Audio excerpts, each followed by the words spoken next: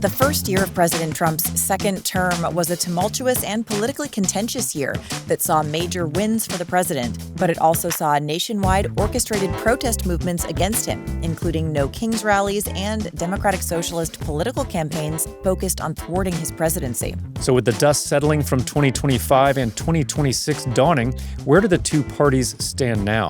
In this episode, we sit down with Paul Kengor, author and editor of the American Spectator, to discuss that question and more. I'm Daily Wire executive editor John Bickley with Georgia Howe. This is a special edition of Morning Wire. The Daily Wire Shop's best deals of the year are still live, and you can get up to 70% off. Save big on items like the Golden Leftist Tears tumbler, Truth Bomb golf club covers, the collected poems of Donald J. Trump, plus hats, t-shirts, hoodies, and a whole lot more. And if your order tops $100, free shipping. Head over to dailywire.com/shop right now. That's dailywire.com/shop. Joining us now for a look back politically at 2025 and a look ahead to 2026 is Paul Kengor, editor of the American Spectator and political science professor at Grove City College, where he's also the senior director of the Institute of Faith and Freedom. Paul, you need more titles. Thank you so much for joining us. Yeah, good to be with you, John. Love anything I can do with the Daily Wire anytime. I'm all in. Well, we love hearing that, and we'll hold you to that. So look, this has been a crazy year. We wanted to kind of stop and look back at it politically, specifically the No Kings movement and some of the anti-Trump efforts that we saw over the course of the year.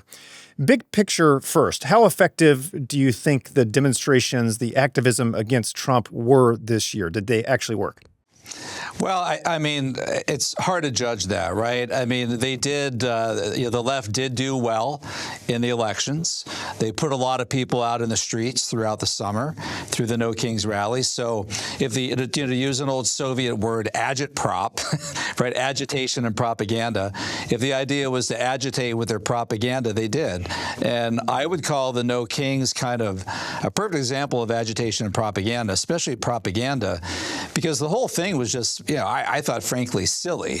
And, the first time, John, that I even heard the idea or the phrase "No Kings" is from my wife. And I said, "No Kings? No Kings?" I said, "Are they talking about Trump?" She said, "Yeah, they're talking about Trump. Who else, right?" And I thought, yeah, but, I mean, of all things, why don't they go with their old thing, right? No dictators, right? No fascists, no democracy destroyers or whatever, but no kings. It's like patently ludicrous on its face. I mean, everybody knows that Trump is not a monarch, right?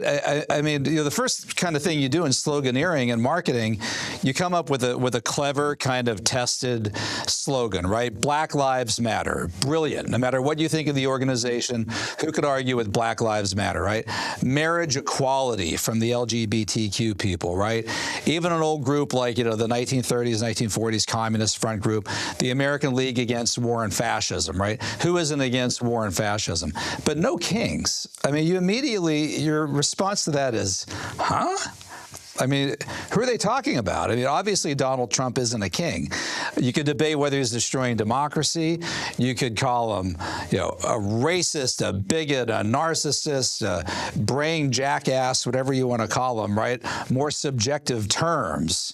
But no kings? I mean, obviously, the guy isn't a king. So I thought the whole premise was really just kind of fatuous nonsense. Right, and there's positive connotations with a king. We want the return of the king. There's fascination with the royal family in England for a reason. People actually kind of like this. No Hitlers would have been much better. Yeah, well, you're making a great point. I mean, actually, there are, historically, there have been good kings and bad kings, right? And they're probably, in fact, to really if you wanted to do a deep dive on this, I teach political science at Grove City College in Grove City, Pennsylvania. And the most common form of government in the history of humanity has been monarchy. That all changes with World War I to make the world safe for democracy. Monarchy was the governing type of government, even in Europe, until 1914. So there have been good kings, there have been bad kings. I mean, look at, this will be real easy for Americans, St. Louis, right? St. Louis. I mean, that king, the Louis, not the bad Louis the 14th or Louis the 16th, l'état c'est moi, in the 1700s, the time of the French Revolution. But in the 1200s, that King Louis was a saint, canonized by the Catholic Church. So there have been good, Saint good Trump, monarchs. I'm not sure that'll fly. Yeah, Saint Trump. Even in Britain right now, right? Kate and forget which one she's married to, but they're popular, right? They're popular. Well, it's not Harry. It's the other guy. It's the other guy. That's right. It's not Harry and Meghan. All right, so in terms of marketing strategy, maybe not a great move, but they were very active. They were organized. Does it seem like the left and Democrats have become better organized over the course of the last year or not? There's always been a sense that they do have a high level of activism and organization. Are they in a better position going into 2026 than they were in 2024 and 2025? Well, I think they're just natural activists, right? They're natural ideologues, they're natural agitators. In fact, Ben Shapiro and I talked about this the last time we spoke. We were talking about Russell Kirk, the conservative mind and conservatism. And Russell Kirk famously said that conservatism should not be called an ideology. It's more an attitude, right? The idea of like an enduring moral order. Whereas ideology is for ideologues, and ideologues are on the left, right? So when you think of ideology and ideologues, you think of the French Revolution, you think of radical progressives. And so for the American left, they're just doing what they always do.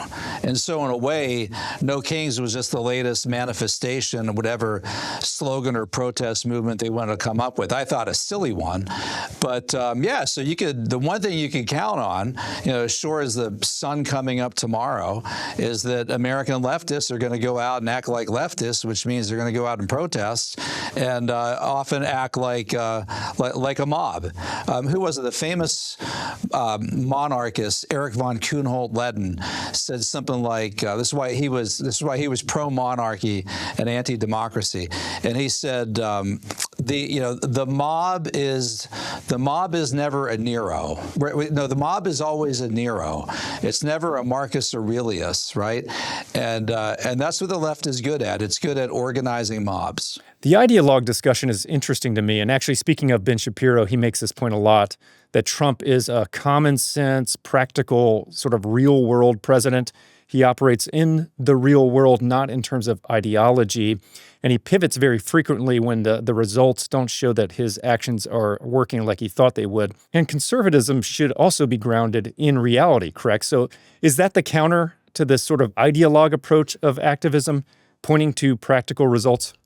Yeah, in fact, you're making a great point, because Trump most definitely is not an ideologue, right? Yeah, probably not. And Trump doesn't follow really a specific ideology. And, other conservatives like Robert Nisbet have said, well, Kirk, you're overdoing it, right? Conservatism is an ideology, right? We get what you mean about ideologies for ideologues, and ideologues are on the left. All right, we got it.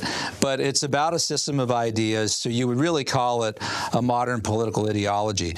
And in that sense, Reagan was a conservative in terms of ideology, but Donald Trump is kind of outside of ideology, right? He actually brags about not reading much. I don't know that he reads National Review. He probably doesn't read National Review at all. I think he reads our magazine, the American Spectator, every now and then, but I doubt he's read The Conservative Mind by Kirk or a book like that. Trump is really kind of a common sense practitioner, businessman who I don't know what his IQ is. You can tell it's a high level of intelligence, a high level of energy. The founder of the American Spectator, R.M. Material Jr., always says, what is Trump? Trump is somebody who first and foremost loves America, right? If there was any ism for Trump, it might be nationalism. It might be patriotism, but it wouldn't be so much conservatism. To maybe put a button on this, and then actually I wanted to talk to you about Reagan since you brought him up. In terms of the state of politics for the Republicans going into 2026, do you feel they're in a healthy position, or are they divided? Are they facing a lot of headwinds coming into this next year? Midterms are always really tough for the party in power. What do you expect to see from Republicans? Well, you'd have to predict that they would lose seats, right? I mean, they typically do, and so I would expect that. So it's probably only going to be a matter of how many seats. But on the other hand, the American left is not popular. The Democrats are not popular. In fact, even within the Democratic Party, the biggest defeats that the Democrats have had in the last few months have been at the hands of Democratic socialists. Someone like a Zohran Mamdani in New York, the woman who won the mayoral seat in Seattle, is it Katie Wilson? I think might be the name.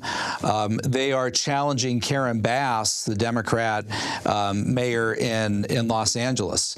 So these are people coming from the far left. They're not Democrats, right? They are Democratic Socialists. They are DSA. They are the Democratic Socialists of America, which, if you go to the DSA's website, calls itself the largest socialist organization in the United States. They're running as Democrats to transform, an Obama term, right? Fundamentally transform the Democratic Party from within. So they've been successful lately, maybe even more so than the Democrats. In that sense, the kind of farther left. But I'm getting a little bit off subject from your question. I would expect the Republicans in the midterm to lose seats, because that's just simply what happens in midterms for the party in the presidency. It's only a question of how much, and we'll have to wait and see. Yeah, do you expect Trump, if he loses a majority, what would the second part of his final term look like? Would that be all messaging? Is it all executive orders, fighting with the courts? A lot of it might be messaging. And in fact, this circles back to our original point about no kings. Trump can't even abolish the Department of Education, right? Because Congress has veto power.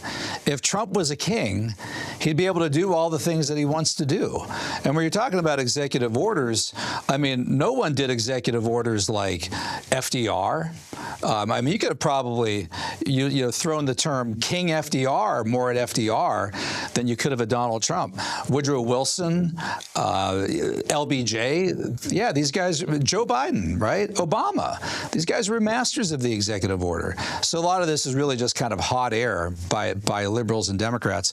But for Trump, yeah, a lot of it might be messaging, pushing an idea, pushing ideas, but legislatively, probably not getting all that much done, frankly. Foreign policy could be a difference, as it always is, which is one of the reasons for one of his great successes so far has been the Abraham Accords, because that's something he was able to do on his own with his staff and without, King Trump's approval of his National Assembly. Final question. You've written a lot on Reagan, and Trump himself has talked about the comparisons between himself and Reagan. Every Republican president is put up against Reagan at some point as sort of a standard of excellence for the Republican Party. How do you believe the brand of Reagan stands now? This used to be Reagan's party. Does he still have a presence that's powerful and effective in this party in terms of inspiring people? Well, I would say you could look at the enduring impact. What do we call Trump's movement? The MAGA movement. What does MAGA stand for? Make America Great Again. That was actually Ronald Reagan's slogan in 1980. In fact, I recently went back and was looking through my book, The Crusader, on Ronald Reagan and the Fall of Communism, because it was the basis of the Reagan movie starring Dennis Quaid. And so I went back. I'd written that book 20 years ago. And I went back, John, just to try to kind of familiarize myself, because I was going to be doing interviews. And I think part 2 of the book is called Make America Great Again. And I thought, geesh, that's exactly right. That's, that was Reagan's slogan. I actually have a button, a campaign button in my office someone gave me with Reagan's face as Make America Great Again. So that shows that it's still Reagan's impact. And Reagan is the standard bearer of the party. Look, you and I are probably old enough to remember Republican parties around the country, in different states, localities, counties, they hold Lincoln Day dinners. They now call most of those Reagan Day dinners. And I don't think they'll be calling them, nothing against Trump, but Trump Day dinners. And Reagan was reelected by winning 49 out of 50 states. The Electoral College, 525 to 13. Twice won New York, Pennsylvania, New Jersey, California, even Massachusetts twice. So I think Reagan's still the standard. Yeah, and I've seen the left, their attempts to tear down this myth. I remember a book titled that about Reagan. They've failed to do so, and he continues to be very powerful. And the film that was based off your book, it's an excellent film. We love Quaid. We love that production. It was great to see that having a lot of cultural relevance now and the ability to make movies like that now, which we hadn't seen for decades. Well, it's hard. I mean, it's hard to raise the money. Yeah, it's hard to raise the money. And in fact, if I would just tell people here right now, support conservative filmmakers, because it took us 20 years to make a movie about the icon of the conservative movement, about this American icon of the Republican Party. When Ruth Bader Ginsburg died, there were already 3 scripts ready in Hollywood, all fully funded. All right. Yeah, we need to support conservative filmmakers. And I think that's something Daily Wire has been doing. And it's very, very important. Well, we appreciate that shout out. And yeah, it's something we do for sure find very important and central to our business. Paul, thank you so much for joining us. Just a total delight to talk to you. Same here, John. Anytime. Give me a call. Happy to come back. That was Paul Kengor, editor of the American Spectator and professor of political science at Grove City College. And this has been a special edition of Morning Wire.